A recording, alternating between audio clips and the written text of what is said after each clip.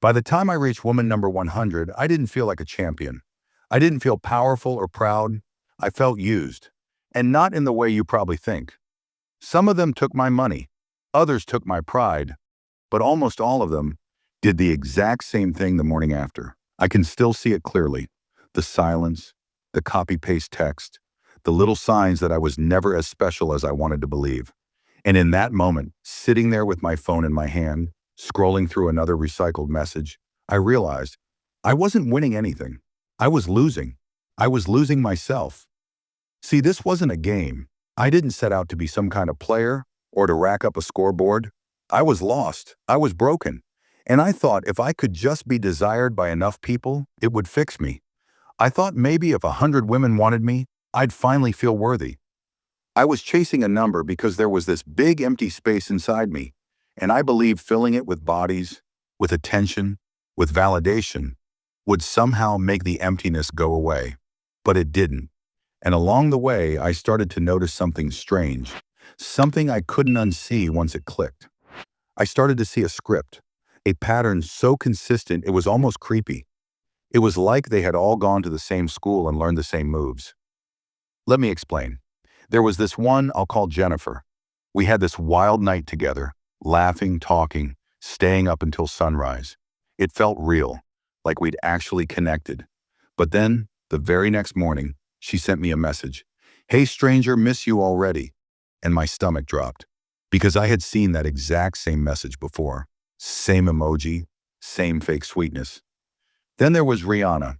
Same story, different face. Night of passion, laughter, closeness, and then, like clockwork, 2 days later, a random Instagram story with another guy's arm draped around her. Not hidden, not subtle, posted just for me to see. At first I got angry. I thought all women were the same. I thought it was some cruel game. Get close, pull away, dangle attention like bait. But I was wrong, because it wasn't always the same kind of hurt. Some of them didn't want my attention. They wanted something else. And this is the hardest part to admit, because it makes me feel stupid. But there were women who saw me not as a person, but as an opportunity. I remember one in particular. I'll call her Emily. We'd gone on a few dates, and she seemed different. We talked about family, about our struggles, about how hard life can be sometimes. I felt safe with her. I thought maybe this time was real. Then she told me about an emergency, a bill she couldn't pay. The stress in her voice sounded so genuine. I wanted to help. I wanted to be her hero. So I did. I sent the money. I thought it was the right thing to do. And the moment the money cleared, she vanished, blocked me everywhere, and disappeared without any explanation. And that broke me in a different way. Because it wasn't just about losing money. It was about feeling like I had been tricked into thinking I mattered. Like I was just a wallet she could borrow from and toss away. By the time I got to 99, I was numb, jaded. I thought I had it all figured out. I thought every woman was either playing the same script or after something I didn't want to give. I had walls up so high that nothing could get through. And then came number 100. She wasn't perfect. This isn't some love story where I say, and then I found my soulmate. She was human, just like me. But she was the first one I was completely honest with. For the first time, I told the truth. I told her about the 99 before her, about the patterns, the emptiness, the nights that felt good but left me hollow in the morning.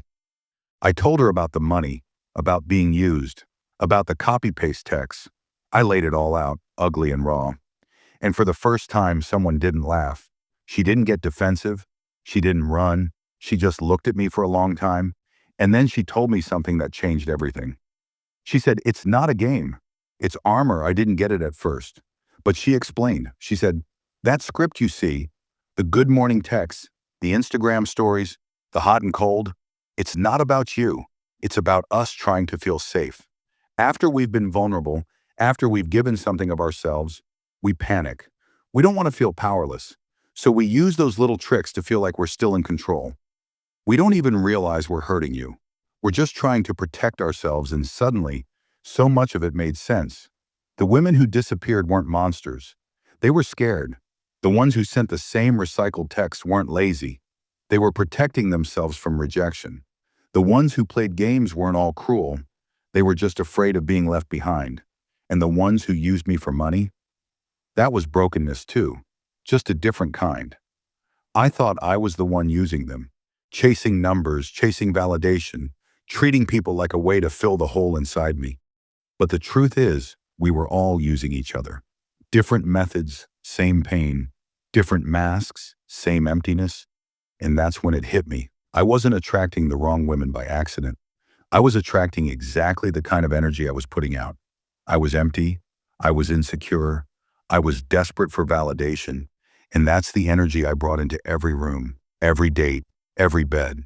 So of course I found people who were also empty. People who were also scared. People who were also just looking for something to make them feel whole for a night. There were no winners in this game. Just people pretending they were okay when deep down we were all hurting. And that's what 100 women taught me. That you can't build real connections on a foundation of games and pain. You can't fill a void with bodies. You can't find love while you're hiding behind masks. The biggest lesson I learned wasn't about women. It was about me. I had to stop blaming. I had to stop pointing fingers. I had to look in the mirror and ask myself, why am I chasing this? What am I running from? What do I actually want? And the answer wasn't another body. It wasn't another night. It wasn't another text that would disappear in the morning. The answer was connection, honesty, vulnerability. And the truth? That scared me more than anything. Because it's easy to play games. It's easy to collect numbers. It's easy to keep things shallow. What's hard is opening up. What's hard is being seen. What's hard is letting someone in and knowing they might leave. But that's the only way anything real is built. So if you're listening to this and you've been in the same cycle, whether you were the one chasing or the one running, just know this. It's not about blame, it's about patterns. And the only way to break the pattern is to stop playing the game, to stop looking for validation in the wrong places, to stop hiding behind armor. I spent years learning that lesson the hard way. You don't have to. If this made you think differently, drop a light bulb in the comments. Not for me, for yourself. As a reminder that you see the pattern now. And once you see it, you can't unsee it. Because at the end of the day, none of us really want to play games. None of us really want to hurt or be hurt. What we want is simple. To be seen, to be valued, to be loved for who we are, without the masks, without the scripts, without the numbers. And that's what 100 women finally taught me. Thanks for watching, and see you in the next one.